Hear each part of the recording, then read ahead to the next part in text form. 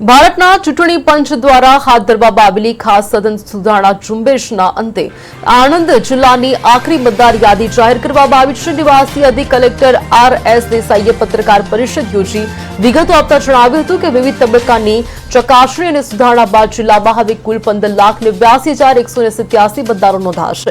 ઝુંબેશ દરમિયાન કુલ 51,990 ફોર્મ્સ મળ્યા હતા, જે પૈકી પ્રક્રિયાના અંતે 19,606 નવા મતદારોનો સમાવેશ કરવામાં આવ્યો છે, જ્યારે પાત્રતા ન ધરાવતા કે પુરાવાના અભાવે 10,966 નામો દૂર કરવામાં આવ્યા છે। જિલ્લાની 7 વિધાનસભા બેઠકોમાં આણંદ વિધાનસભામાં સૌથી વધુ 2,56,494 મતદારો છે। નાગરિકો ઓનલાઈન પોર્ટલ અથવા જે તે કચેરીએ જઈ પોતાનું નામ ચકાસી શકે છે।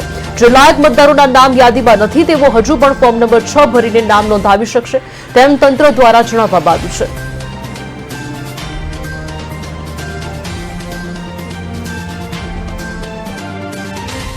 યાર્ડને 3,67,00,000 ખર્ચે વાળી એક મોટા કદના ગોડાઉનની યોજના મંજૂર થઈ છે અને ભારત સરકાર એમાંથી 1,65,000 કરોડ રૂપિયાની સહાય કરશે અને એ યોજનાનું આજે માર્કેટ યાર્ડમાં ઈ ભૂમિપૂજન માનની સહકાર મંત્રી શ્રી ભારત સરકાર અને ગૃહમંત્રી શ્રી અમિતભાઈ શાહે ઓનલાઈન કરેલ છે।